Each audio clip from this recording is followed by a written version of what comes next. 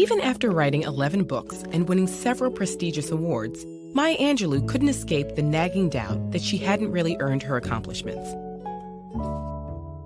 Albert Einstein experienced something similar. He described himself as an involuntary swindler whose work didn't deserve as much attention as it had received. Accomplishments at the level of Angelou's or Einstein's are rare, but their feeling of fraudulence is extremely common. Why can't so many of us shake feelings that we haven't earned our accomplishments, or that our ideas and skills aren't worthy of others' attention? Psychologist Pauline Rose Clance was the first to study this unwarranted sense of insecurity. In her work as a therapist, she noticed many of her undergraduate patients shared a concern. Though they had high grades, they didn't believe they deserved their spots at the university. Some even believed their acceptance had been an admissions error. While Clance knew these fears were unfounded, she could also remember feeling the exact same way in graduate school. She and her patients experienced something that goes by a number of names: imposter phenomenon, imposter experience, and imposter syndrome.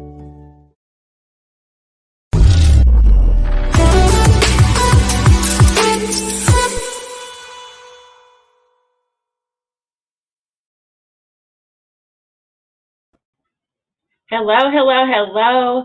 Thank you for tuning in to another episode of Talk to Me Tuesday podcast. I am so excited to be able to bring you guys another topic so we can get into it.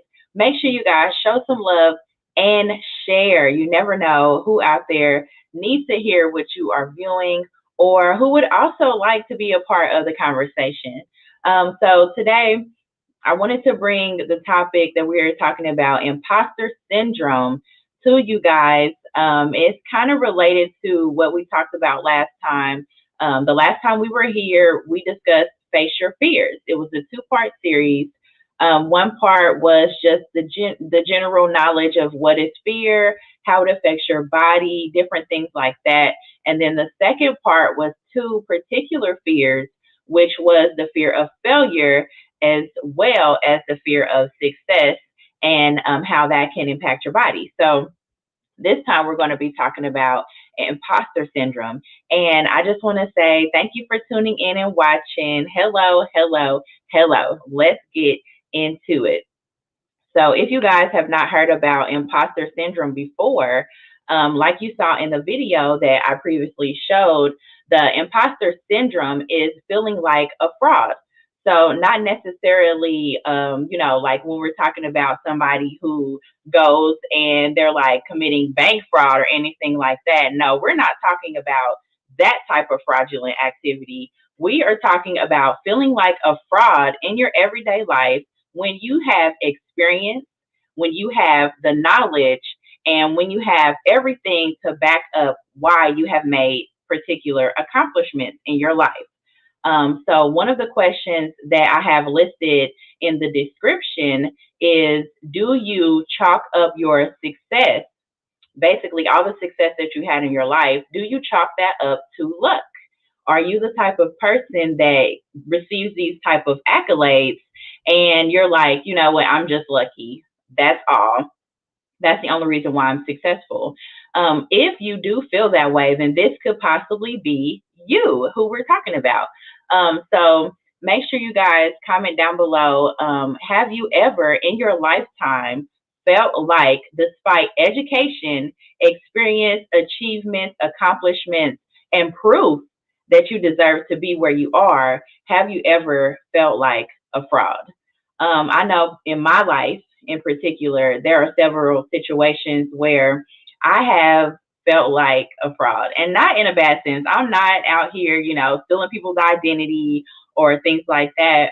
But one of the situations that was my first experience was motherhood. And I know some of my mothers out there can understand. You read all of the books, you watch all of the videos, you have babysat before, maybe you have younger siblings that you took care of, and then here you go.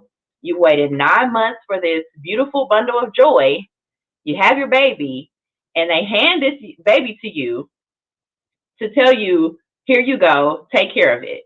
And you're like, I'm supposed to take this baby home? I'm supposed to really go ahead and you're going to leave me alone with this little human and I'm supposed to know what I'm doing. So I remember like my first child, they asked me at the hospital after I had her, do you want to stay another night? Now, I was healed up. She was healthy. I could have very well went home after day two, but I was so afraid of taking this little baby home that I stayed for an additional night. I was like, there is no way you are sending me home with this little baby. I have no idea what I'm supposed to do. And then you take the baby to these doctor visits and they're asking you all these questions and you're just thrown into motherhood instantly. That's your title. That's what people know you as. Anything that goes wrong with that baby or anything that comes up with that baby, you are expected to know the answers. So, they tell you, oh, it'll be a natural feeling. You'll know what to do because this baby is a part of you. But that is not true. Even to this day, I have 4 kids now. Even to this day, if something happens, I freak out. I'm like, these people are going to look at me and they're going to say, she has no clue what she is doing. She has no idea what she's doing with these kids. My kids come to me for advice. They come to me for help with their homework. And there's a little voice inside of me that's saying, they're going to find out that you have no idea what you're doing. And that, my friends, is some of the feelings that can come with the imposter syndrome. So, what is imposter syndrome? What is the Webster definition? What is the real term? Imposter syndrome is doubting your abilities and feeling like a fraud. So, it causes feelings of self doubt, and it even lets you have the thought of, are they going to figure me out? It can affect you through your work. You can feel like this at your job. You can feel like this with me, motherhood. You can feel like this in your relationship. So you can also feel like, the person that you are with, that you're married with, or that you're dating will not, they will find out that you're not as good as, they think you are. So it can affect men, women. It can affect Black people, white people, all over. All kinds of people can be affected with this syndrome. And I'm not speaking on the personality defects, the ones where it's a mental health issue. I'm not speaking on that. I'm speaking on when you have been thrust into a new role into your life, or you have just got a promotion, or you have just graduated from college and now you are starting a career after college for what you studied for, and these thoughts start coming, telling you that you're a fraud, that you're not supposed to be there, that people are going to find out about your inability to do the job or to do the position. This can be nurses. It affects teachers. It affects doctors.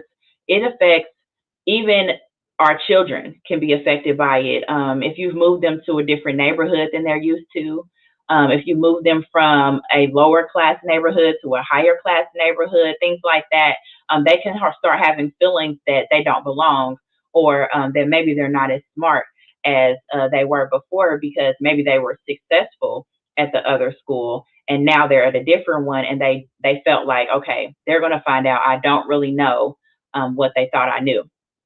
So one of the things that I noticed is we moved to a different neighborhood. So we were in a neighborhood and when we lived in Independence, and then now we're in a upper class neighborhood.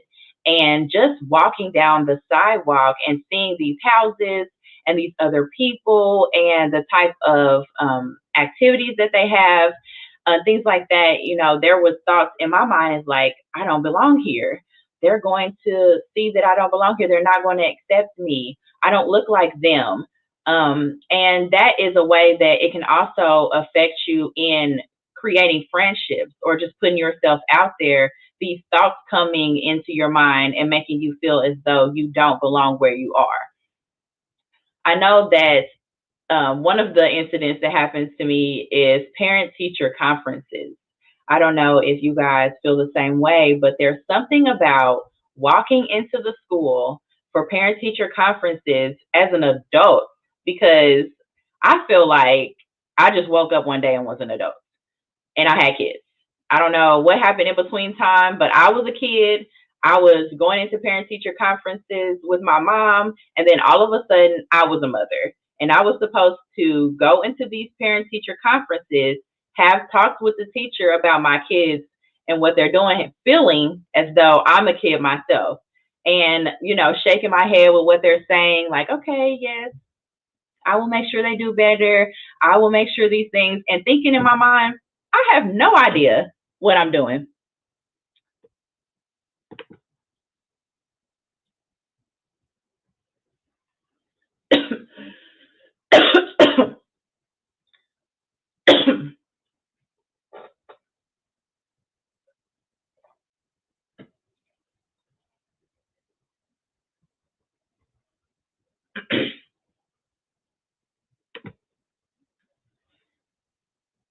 Okay.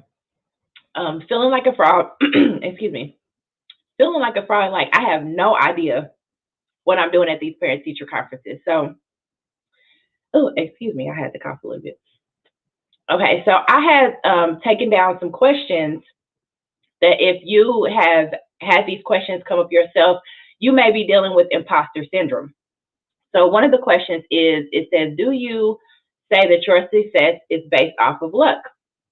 Do you believe if I can do it, anybody can? Do you stress over even the smallest flaws in your work? Are you crushed by even constructive criticism? And when you do succeed, do you secretly feel like you fooled them again? Do you worry that it's just a matter of time before you're found out? If you have any of these type of questions pop up into your mind or these feelings, you may be dealing with imposter syndrome. So as you all know, every time I come across something that I'm dealing with or that maybe a member of my family or friends is dealing with, and I bring it to you guys to speak on it, I do a crazy amount of research to find out more information about it and ways that we can combat it. So I found out something very interesting when I was looking into imposter syndrome. The reason why I brought it to you guys is because it deals with the fears and things that we were talking about last time. And it's also a way that it stops you from achieving your goals. If you feel like you're a fraud or like you're not supposed to be where you are in life in that particular level, then you can self sabotage something that we talked about last time. So there are 5 types of imposter syndrome that I found out, and I want to read to you guys the different type of personality traits that go with the imposter syndrome. So that if this is something that is coming up in your mind, like, hey, this is something that, yes, I am dealing with, or yes, I have heard of before and it may relate to me, then the more you know, I feel like you can do better. So this here, it says that the 5 types of imposter syndrome is one, the perfectionist. You focus primarily on how you do things, often to the point where you demand perfection of yourself in every part of your life. Yet, since perfection is not a realistic goal, you cannot meet these standards. Instead of acknowledging the hard work you've put in, you criticize yourself and you feel like a failure. The second one is called the natural genius. You spent your life picking up new skills in life with little effort, so you believe you should understand new material and process right away. If you do not understand something easily, you are ashamed and embarrassed. The soloist. You believe you should be able to handle everything solo.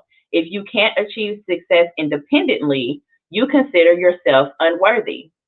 Asking someone for help or accepting support when it's offered doesn't just mean failing to you, it also shows and proves to you that you're inadequate. The expert. Before you consider your work a success, you want to learn everything there is to know. You might spend so much time pursuing your quest for more information that you end up having to devote more time to your main task. Some of the things here is that you may encounter too much knowledge and cause yourself not to want to even complete the task.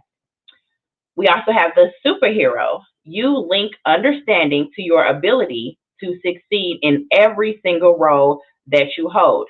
If you cannot successfully navigate those demands, in your opinion, it proves that you are inadequate. So there are a bunch of different personality traits that can show up and different types that can show up for the imposter syndrome that can make you not want to continue with your goals and make you not want to succeed with your goals because you feel like you don't belong and you feel like they're not yours. Like you have a mask on when you're going out to your job or when you're mothering, parenting, and things like that.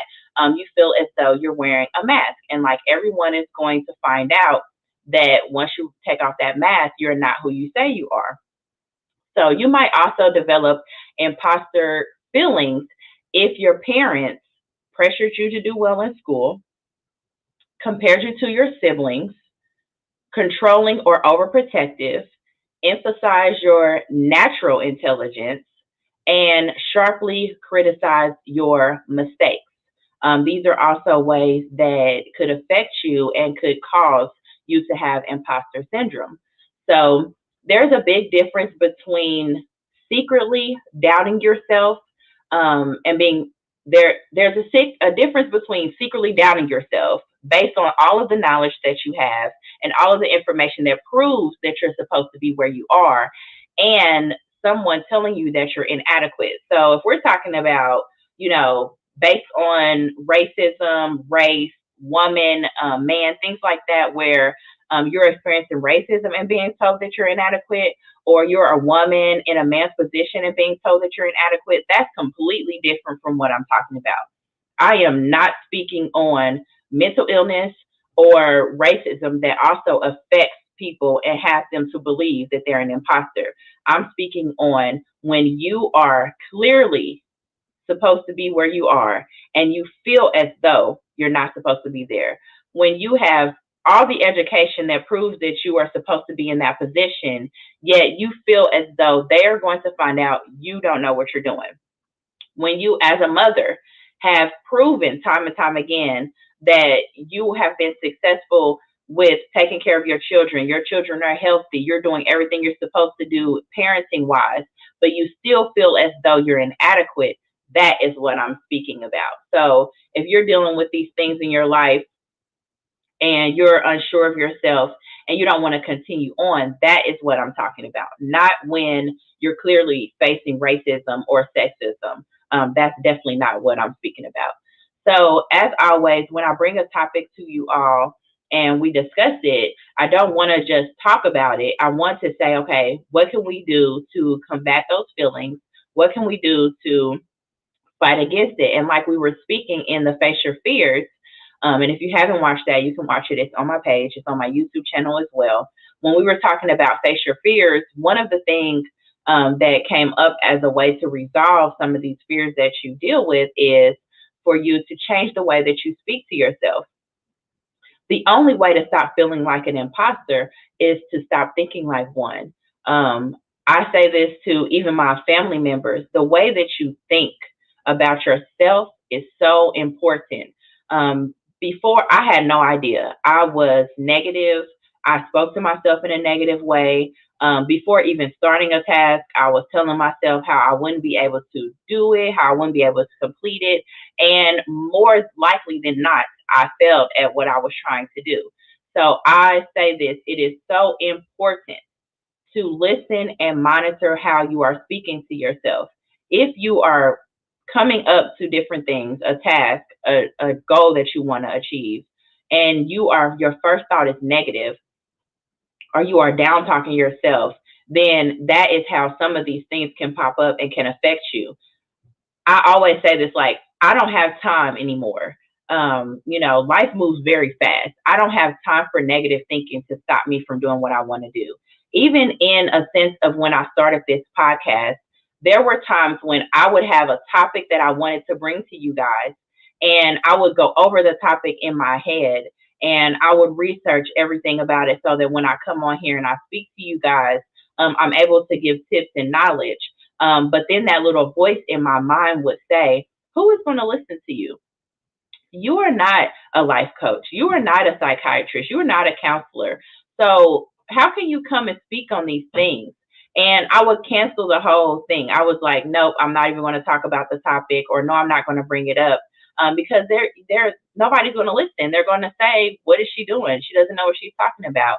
But then I had to realize that there are topics that I'm bringing to you all that I deal with myself or that my friend or family is dealing with. And if I can help one person out of the conversation, then that's all that matters. So even though those thoughts come up, you have to combat them. You can fight them off with a positive thought. The more positive you have, the less negative is going to creep up. Yes, it's going to creep in there. Yes, there's going to be times when you have a task ahead of you and you're going to feel like you're inadequate, but you can combat that with fighting it with a positive thought. So, what are some of the ways where you can fight the imposter syndrome? You do not have to be stuck in these feelings that you are faking it, that you're going to be found out, that you're not educated enough, that you don't have enough experience, things like that. You can combat it. One of the things it says is that if you are in a certain position and you have climbed up the ladder, you've done everything that you're supposed to do to get to that position, and yet you feel as though you don't have the knowledge. One of the things that you can do is to train a person that's underneath you that's just beginning, or to speak to a colleague or a mentor. When you're training someone who doesn't have the knowledge that you have, it comes out and you're able to prove to yourself that you do have the knowledge, because they'll be asking questions. You'll be giving them information, and it's like proving the information will be coming out of you, proving that you do know what you're doing and you do know what you're talking about. So you can either become a mentor or speak to your mentor. Let them know how you're feeling and let them give you the pep talk or the reality check to let you know that you are where you're supposed to be and you do have the information and knowledge to achieve the goals that you're doing or to be in that position that you're in. Another way is just sharing your feelings. A lot of the times, like this person here, the soloist, you try to do everything on your own. You're trying to figure it out on your own. You're trying to work through the problems on your own. And I don't mind. I mean, you're going in, you're trying to figure this thing out, and you don't have anybody on the outside that is going to say, hey, that is not right. Your feelings is not correct. That is not true. Tell somebody how you're feeling so that you're not overwhelmed and you're not feeling like you have to fight it by yourself. Sometimes just speaking it out, you can hear how silly it sounds. Like, oh, I can't believe I was really thinking like that. Just saying it out loud can help you tremendously. Sharing your feelings with another person, opening up to people that are also in the same position as you, and then finding out that they feel the same way can help as well. So people that are in the same position, people that are working that same job, people, other mothers like you, that are having those same feelings, just knowing that you are not alone can be a huge, tremendous help. When imposter feelings surface, ask yourself whether it's actual facts to support it or is it something that you are coming up with? Do you have the facts that support that you're inadequate? Do you have the facts that support that you're not educated enough? Do you have the facts that are showing you and proving to you that these are not just feelings that are coming up because of the fear that likes to surface, as I said, under different things? So another good thing is make sure that it's so easy to do with social media to compare ourselves to other people. You see people that you grew up with, you see people, your colleagues and things like that. It's so easy to compare yourself to them and easily think that they're doing better or that they're more knowledgeable or they have more education or they have more experience. But do not compare yourself to other people because comparison is killer. So I hope that this live was informational to people that maybe did not know what imposter syndrome was, maybe did not know that imposter syndrome was affecting you. Like I said, if we know better, we will do better. And I hope that if this is something that you are dealing with, that the tips and things that were listed here can help you to fight it. If it's something that you cannot fight alone, please do not be afraid to talk to a therapist, talk to a counselor, get some type of help so that you are able to excel and succeed in this thing that we call life. So thank you guys again for tuning in and watching with me. I will be back with another Talk to Me Tuesday for you guys. If you liked what you were viewing and you like the topic of conversation, please make sure you show some love and share. And you can also follow me on Instagram and TikTok at Talk to Me Tuesday. I am also on Anchor. You can watch previous episodes on my Facebook page. You can listen to previous episodes on Google Podcasts and Spotify and the Anchor app. You can find me on all of those places. If you want to continue the conversation, you can always message me, comment down below. I will keep the conversation going for those that want more information or want to continue with the conversation. So thank you guys for tuning in and watching with me. I will see you all next time.